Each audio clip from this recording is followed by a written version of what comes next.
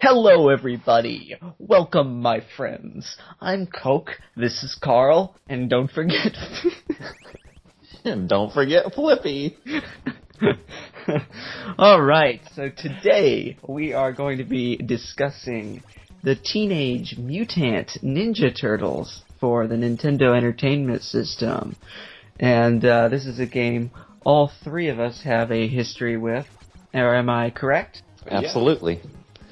This is a very classic game. It's one that I remember features prominently in The Wizard, starring Fred Savage, Christian Slater, and Beau Bridges. Did you know that Lucas from The Wizard, the Power Glove Kid, is a registered sex offender now? Yeah, I've heard that. That's pretty. And so is that teacher from Ferris Bueller, isn't he? Or the principal or someone? Yeah, and he was in Beetlejuice and stuff. He was in a lot of movies. Oh, that's right. He was in Beetlejuice. Yeah, he's in like most Tim Burton movies until he touched children. Actually, I think he was had child porn. I can't remember. I don't know if he actually did anything. But where there's a will, there's a way. Yeah, we got a little off track there. A little bit off track, talking about kitty fiddlers. But back to the non-kitty fiddlers that are Leonardo, Raphael, and Ninja Turtles. What are those other guys' names? Vincent D'Onofrio. He got a blowjob in the Brown Bunny. Okay, no, Vincent D'Onofrio. I was thinking of the wrong guy. Vincent D'Onofrio. Vincent Gallo. I never saw that. Vincent Gallo. That's who got a blowjob in Brown Bunny. Is that what the film's about? Like a blowjob? At the very end of the movie. Brown Bunny. Oh, that's the climax of the film. Yeah. At the very end of the movie, he gets a blowjob, and it's unsimulated. Chloe Sevigny, or whatever her name is. I don't know how to pronounce her name. He got a legitimate blowjob in the movie. It's a legitimate live blowjob in the film. It's like legit, real. Oh, wow. Next, a triple shot of Van Halen. So, Teenage Mutant Ninja Turtles, segueing from a blowjob story. Teenage Mutant Ninja Turtles features heavily in The Wizard and was quite popular in the early 90s and late 80s whenever this game came out. Now it's kind of one of those games that, a lot of people loved back then, but now a lot of people admit it was maybe a little bit too hard. But I don't know. What do you guys think of this game? Well, I know it was one of the first games I ever had. I remember the cover. Don't all the turtles have like red? Aren't they all wearing red on the cover? Yeah, the cover is from like one of the original comic books, and in the original comic series, it was black and white within the actual comics, and on the cover they just had the same color headband. They weren't differentiated in color, I don't think, until the cartoon series. As a child, I didn't know that, so I just thought they really fucked it up somehow. Yeah.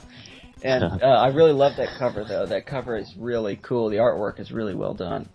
My story with this game was, it was one that I used to borrow from our cousins. And I would borrow this game a lot. And I remember spending many a bright summer sunny day inside playing this game. And I got pretty good at it. I was only about maybe 6 years old at the time.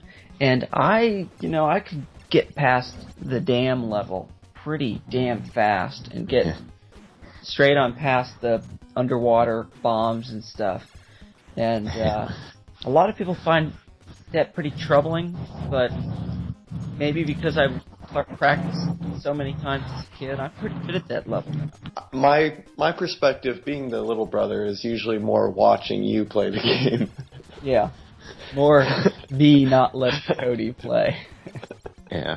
Well, I had brothers, and there was a lot of watching one another take turns against those frustrating levels. But see, it's like a hierarchy, because like I used to have to watch my cousins play games. They never let me play, but I kind of enjoyed it. And then when I would take the game home, Kody had to watch me play. Well, everyone always talks about how shitty it is to watch your friends play. They not get to play or anything. But now in this day and age, they got YouTube plays where millions of people just sit there and watch other people play games. Exactly. It's a whole now- generation. It's like now. it's just spawned into a whole movement of being the younger brother watching people play games. You die very quickly in this game. And another problem it suffers from is slowdown. Is there's a lot of enemies on screen and it slows way down, which I used to see as kind of a positive thing. It's almost like bullet time. You know, it kind of slows down. You need all the help you can get with all those millions of creatures. And what really, not only is there a million enemies, they respawn instantly. Yeah. So if you go to the side of the screen even slightly and then come back, they're all right there again. Obviously, you can switch between all 4 turtles by going to the pause screen. And, you know, as you pretty much get brutally raped by all the enemies as you go through the levels, say if Raphael's health is getting really low, which it probably will quickly because he's the worst turtle to use, he has these size which have 0 range. But anyway, if you gotta conserve one of your turtle's health, you can switch to a turtle with more health. But then you find these pizzas, either a slice or a full pizza, and that'll replenish your health. Yeah, and it's good to switch over to somebody. Say you come across wait till you come across a full pizza, switch back to Raph, let him eat the pizza. So that's how you can try to keep all your turtles alive. I remember it's very frustrating when you accidentally touch the pizza with a turtle with full health. Yeah. You know, before I try to avoid an enemy, and then I'll grab the pizza before I can switch. Because they're not that generous with giving you those damn pizzas. No, not at all. I remember them being very scarce. And I you know, even still, I can't get very far in this game. I can only get a little ways past the underwater level. And when you get the turtle van. This game is a lot bigger than I ever imagined that it could possibly be. Playing through it all, like after never getting past the water level, which is pretty much at the very beginning in comparison to the entire game, which is like 5 worlds. So how far have you gotten in this game? Well, I beat it last night. You beat it last night? How did you manage that? I made 3 wishes. Oh. You entered 3 passcodes on a device. Which codes did you use, though? Did you at least make it somewhat challenging for yourself? Well, here, let me get my book and I'll look. Take a look in a book, Game Genie. Alright, so I used the code for don't take most damage, which pretty much makes you invincible. Yeah. And then the only thing that you do take damage from is seaweed, so I put in the code to make you not take any damage from any seaweed. You gotta have that one.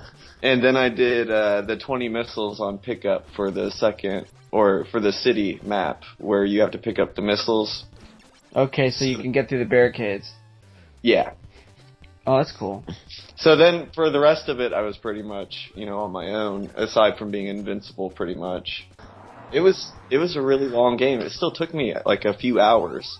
And at the very end, the plot kind of surprised me, honestly.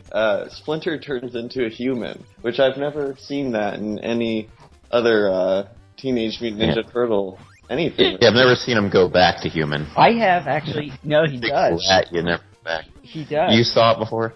Yes, he does in a couple of the episodes of the show. I just watched it a few weeks ago. There's at least one episode, maybe 2, where they use this gun thing, this ray gun. They steal from Shredder, and they turn Splinter back into a human. And I can't remember what it is. He just eventually decides that he doesn't want to be human. He's just happy being a rat. He came to appreciate being a rat. But he goes back eventually. There aren't very many bosses. Considering how big it is, that those are the first 2 bosses, and then there's not really a boss until at the very, very end of that city. Yeah. And then the one after that's Shredder. But what's more difficult, the water level or Shredder at the end? I mean, Shredder's difficulty is about the same as Rocksteady's. But also, let's keep in mind, Kody was invincible. Yeah. So, we can't verify 100% how difficult he was, because none of us have actually gotten that far. Yeah, I've never seen it done without the Game Genie. I know people who have done it, but it just takes dedication that we don't have time for. Right. We have time to do this show, and that is about it. Which turtle did you like to pick? I picked Michelangelo mostly. Yeah, I would say that the one with the sword, whichever, I can't think of the one. Leonardo, Kody. Jeez. Leonardo. Right? Yeah. Thought you were a fan of the Ninja Turtles. I usually go with Leonardo or Donatello, long range.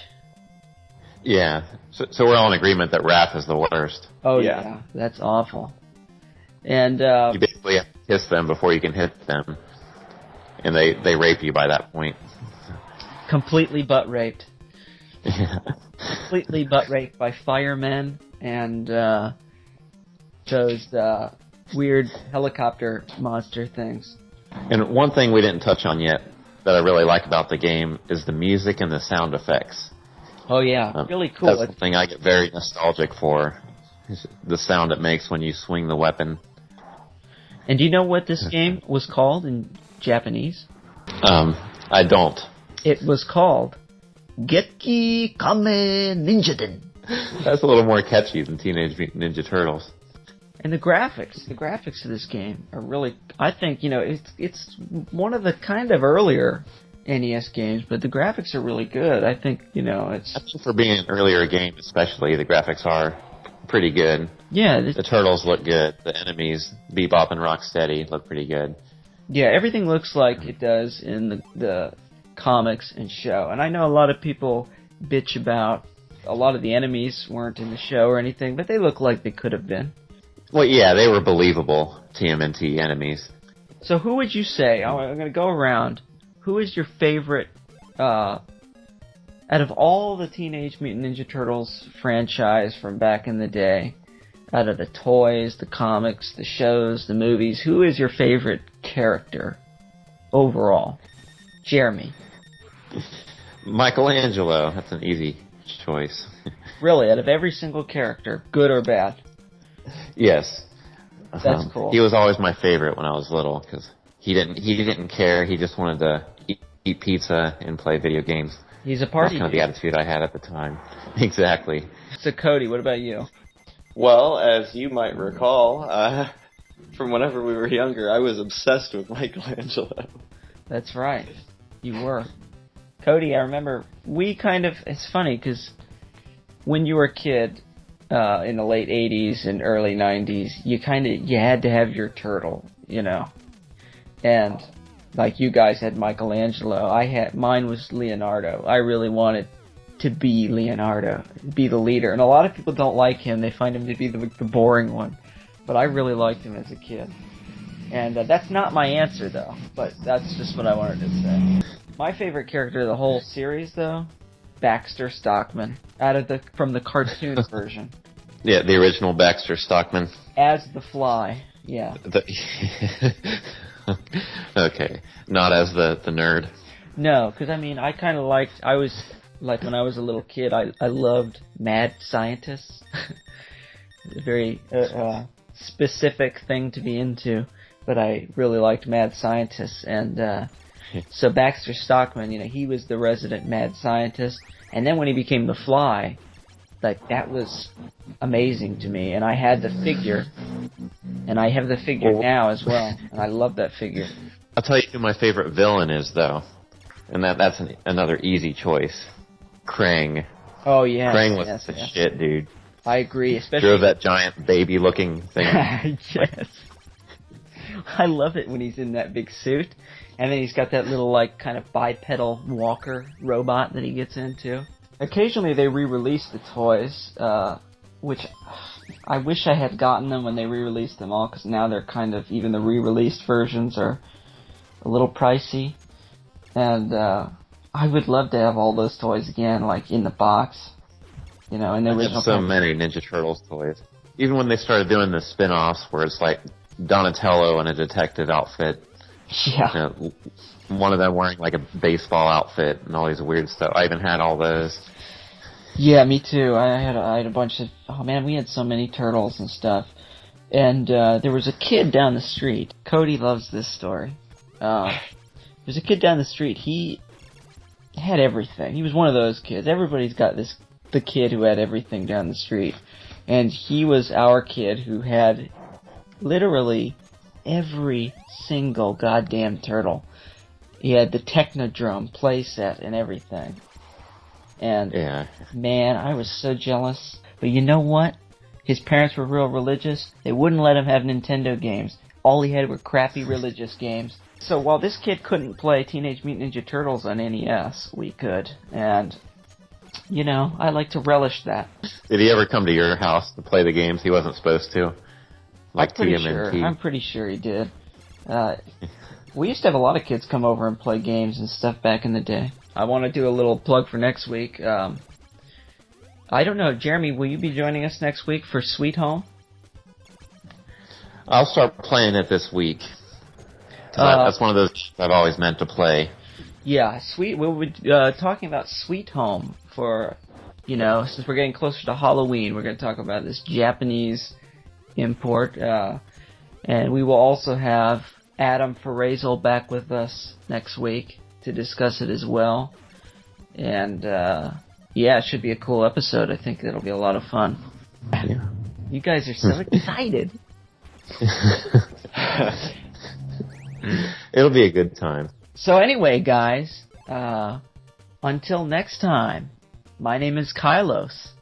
I'm Roger. I mean, Jeremy. Y'all take care of yourselves. Kody, do you have a name? Yes. Alright, this is also... So what's your name, Kody? Hey, Kody. Hey, Kody. Kody. What's your name? Hey, Kody. Hey, Kody, what's your name? Hey, Kody. What kind of question is this? Hey, Kody. What's your name? Alright. This is so awkward. Goodbye. Cody has no name. Cody's name is Corncob. But you can call me Codewinkle. Alright, until next time, guys. Be sure to tune in next week for fucking Sweet Home Alabama, motherfuckers. Alright, good night, y'all. Good night. Everybody say good night. Good night. Good night.